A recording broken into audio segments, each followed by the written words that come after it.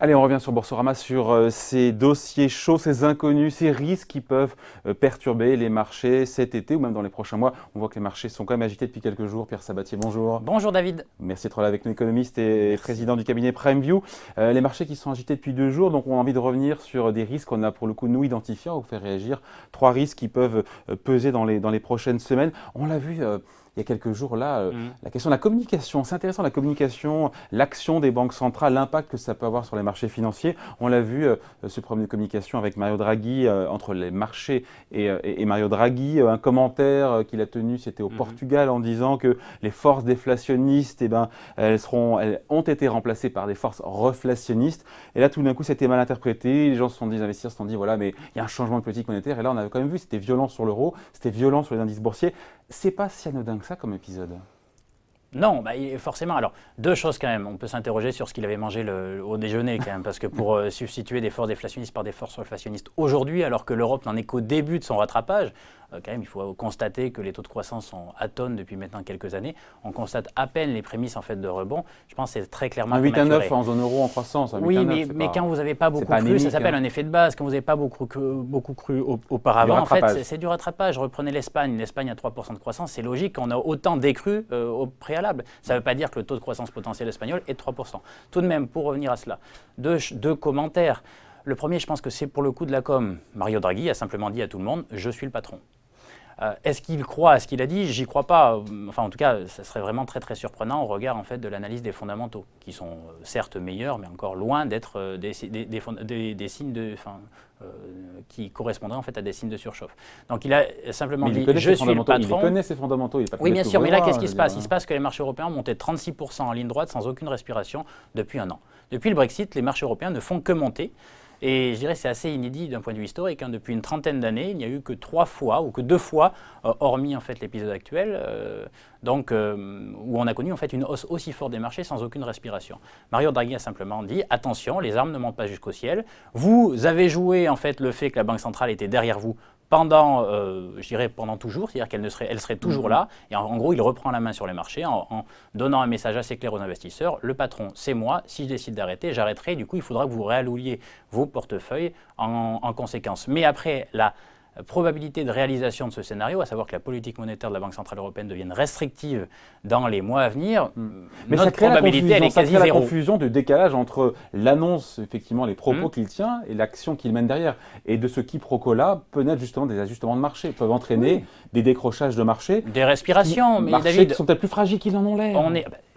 Il est sûr qu'aujourd'hui, les marchés sont boostés par la surliquidité mondiale qui existe pour 2 raisons. La première chose, c'est qu'en gros, il n'y a pas assez de croissance, il n'y a pas beaucoup de projets d'investissement, ce qui veut dire qu'il n'y a pas beaucoup en fait, d'offres de papier et qu'il y a beaucoup d'épargne à investir. Ça, c'est le premier point, c'est structurel, ça va le rester. Le deuxième, c'est que ça fait pratiquement 10 ans que toutes les banques centrales du monde impriment des billets de banque et les injectent dans les marchés financiers. Alors, il est sûr que les marchés sont chauds, sont en surchauffe. La question de fond, c'est est-ce qu'ils passent de la parole aux actes ? Et là, la réponse que je vous fais très clairement, c'est qu'il est très peu probable qu'il passe de la parole aux actes dans les 6 mois à venir. Dans les 6 mois à venir, il y a 360 milliards d'euros que la Banque centrale européenne va racheter sur les marchés obligataires. Ça, c'est une politique de soutien des marchés et ça ne devrait pas changer. Mais ce décalage entre la parole et les actes, ça ne peut pas justement entraîner ça des mouvements brutaux. Et c'est un des risques qu'on avait identifié et on voulait voir si pour vous, c'en était un. C'en est un à terme. La question en fait sur les marchés financiers, ce n'est pas de savoir ce qu'il va se passer, c'est quand ça va se passer. Et donc, oui, mais c'est ça le vrai sujet. Voilà, parce que vous finissez toujours par avoir raison. Si la question que vous me posez, c'est qu'une fois que les banques centrales seront rentrées dans des vrais cycles de restriction de leur politique monétaire, est-ce que les marchés baisseront? La réponse est clairement oui. Mais la question derrière, c'est quand est-ce que ça se produit?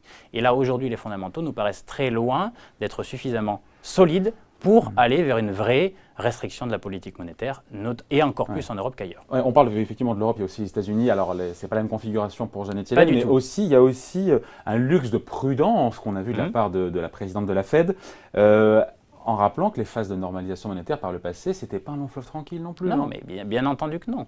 Donc, la question, c'est... Alors, les vrais risques. Donc, on va revenir sur... En gros, les fondamentaux européens vont un peu mieux que par le passé. Certes, c'est un effet de rattrapage, mais ça va mieux. d'un point de vue macroéconomique, d'un point de vue microéconomique, à savoir la dynamique des entreprises est un petit peu meilleure que ce qu'on avait quelques mois auparavant. La Banque centrale va rester là. Donc ça, la prime de risque politique a un peu disparu avec les élections françaises. Donc vous voyez, une conjonction de choses qui convergent vers un marché européen qui devrait plutôt bien se porter dans les 6 mois à venir. Les risques sont ailleurs. Les risques, ils sont clairement aux États-Unis, qui lui, c'est une économie qui connaît véritablement une phase de ralentissement. Important, oui. On a dit 3 risques. Le premier, les banques centrales, tout ce qui est autour de la communication des banques centrales à regarder, risque pour potentiellement faire… Qui fera très mal, mais pour nous, ce n'est pas le moment. Bon, ensuite, la croissance américaine. Il y a le risque que le doute s'installe et qu'effectivement, on a vu le FMI cette semaine. Qu'est-ce qu'il dit le FMI? Il dit 2,1% de croissance pour 2017. C'est pas une récession, on ne parle pas de récession, mais ça pourrait être plus atone que prévu, moins fort que prévu, d'autant que le plan de Trump est totalement calmé. Ça dépend par qui. Depuis le début, PrimeView prévoit 1,9% de croissance en 2017 aux États-Unis. Alors, en gros, ce n'est qu'un retour sur Terre. Les investisseurs ont acheté un scénario en fait, d'accélération de la croissance sur quoi? Sur rien. Sur des indicateurs de confiance, mais jamais sur Trump et des indicateurs de confiance, sauf que rien ne s'est matérialisé dans les chiffres réels. Il y a un décalage entre ce qu'on appelle les soft data et les hard data. Les soft data, en gros, c'est quand on vous interroge, est-ce que vous êtes optimiste ou pessimiste? Donc il y a beaucoup de gens qui ont dit optimiste, sauf que ça ne s'est pas du tout vu en fait, dans les faits, ni dans les chiffres d'investissement, ni dans les chiffres de consommation. Et on voit quoi aux États-Unis? Qu'on est dans une phase de ralentissement.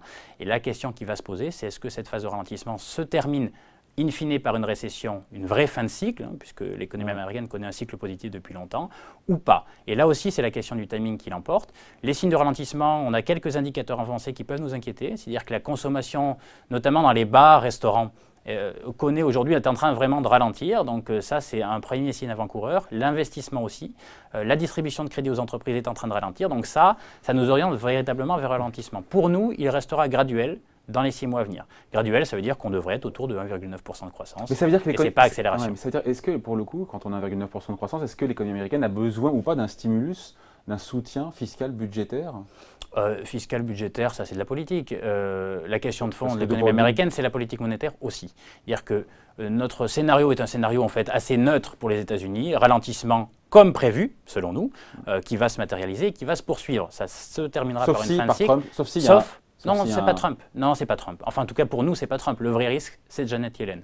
C'est que si, justement, elle se laissait convaincre par un discours qui serait plus rigoriste en termes de politique monétaire, parce que là, pour le coup, pour nous, ça serait une erreur de politique monétaire susceptible de précipiter l'économie américaine en récession. Ne surestimons pas la force de l'économie américaine. C'est pas le sentiment qu'elle donne, non?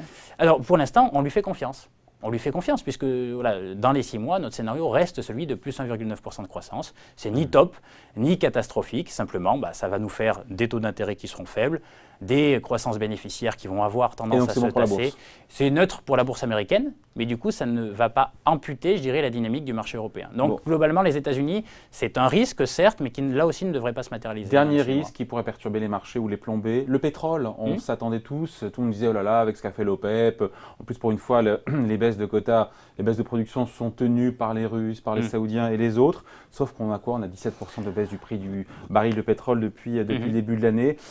Pétrole qui est bas, pour le coup, revenu dans la zone des $45. Ça pourrait peser là encore sur les marchés. On revient un an en arrière, c'était il n'y a pas longtemps. Alors, si vous me permettez, oui, tout à fait. C'était comme très tendu avec un pétrole qui était à 30 et quelques. Un peu moins même, était passé en dessous de 30 $. Le plus bas était à 26. Alors, il y a 3 sujets par rapport à ça. Je ne sais pas si j'aurai le temps en fait, de les aborder. Le premier, à peine. Non, le pétrole, en fait, au-delà de $40, ça va. La question derrière le pétrole n'est pas véritablement le rapport pays producteurs et États-Unis. Ce que ça démontre, c'est simplement qu'aujourd'hui, l'OPEP est un cartel qui ne fonctionne plus. Voilà, c'est ça, mais étant un cartel qui ne fonctionne plus, puisqu'en fait, il ne représente qu'à peine la moitié de la production de pétrole au niveau mondial. Donc, ça ne marche plus, l'administration de prix. Par contre, derrière le sous-jacent, c'est quoi? C'est véritablement la dynamique de l'économie mondiale et surtout la dynamique de l'économie chinoise. Le risque du pétrole n'est que, et d'ailleurs de l'ensemble du prix des matières premières et de baisse des prix des matières premières, c'est d'abord le risque chinois. Et c'est là, peut-être, où le risque se précise le plus. Il va falloir le regarder avec le plus d'attention, avec beaucoup d'attention. Non. L'année dernière, on vous disait, le gouvernement chinois a fait ce qu'il fallait pour que ça reparte. Ça repart. Il faut avoir en tête que c'est une économie qui est administrée. Si le gouvernement dit aux Chinois, achetez de l'immobilier, les Chinois s'exécuteront et achèteront de l'immobilier. Ce que dit le gouvernement depuis le début de l'année, c'est qu'on va reprendre la main. Et le « on va reprendre la main », ça se traduit par quoi? Premièrement, ralentissement très très fort de la distribution de crédit. N'oublions pas que ce qui tient l'économie chinoise, c'est avant tout la distribution de crédit. qui permet d'investir et de consommer. Cette distribution de crédit est en train de ralentir très vivement et très fortement. Sachez, c'est un indicateur avancé, à peu près d'1 an. Ça a commencé en fait en fin d'année dernière à ralentir. C'est un indicateur avancé sur l'économie réelle chinoise. La production de l'électricité suit à peu près la distribution de crédit avec 1 an d'écart. Donc on va peut-être voir au second semestre la concrétisation de ralentissement assez fort au niveau chinois. Si c'est le cas, les prix des matières premières baisseront et du coup, ça mettra en difficulté les pays producteurs qui seront là encore, comme en 2015, obligés de liquider leurs réserves de change. C'est le principal risque et c'est celui qui nous ferait changer d'environnement de marché. Maintenant, voilà, la Chine... Sous 40 $. Sous 40 $, avec la concrétisation surtout de ralentissement de l'économie réelle en Chine. Et le risque, il est surtout là. Maintenant, donc il va falloir le suivre. Et ça, je ne peux pas vous dire parce que les chiffres en Chine, on sait ce qu'ils valent. Pardon, ouais. Et donc, ils sortent très vite, il va falloir exactement, il va falloir le regarder avec beaucoup d'attention. Mais pour terminer, les conditions de marché sont plutôt favorables. C'est normal que ça ralentisse aujourd'hui, après 36% de hausse sans respiration. C'est une respiration. Mais les conditions de marché en zone euro sont... En gros, si les marchés européens doivent monter, c'est maintenant. C'est dans les 6 mois à venir, parce que les planètes sont alignées. Les risques sont américains, mais on pense que Janet Yellen sera suffisamment prudente pour qu'ils ne se matérialisent pas. Mais par contre, le vrai risque, il serait plutôt en Chine, donc il va falloir regarder. Eh bien, on va regarder, on en reparlera tranquillement. Merci à vous, merci pour ces commentaires. Merci David. Pierre Sabatier, économiste et président du cabinet PrimeView. Merci à vous. Au revoir. Au revoir.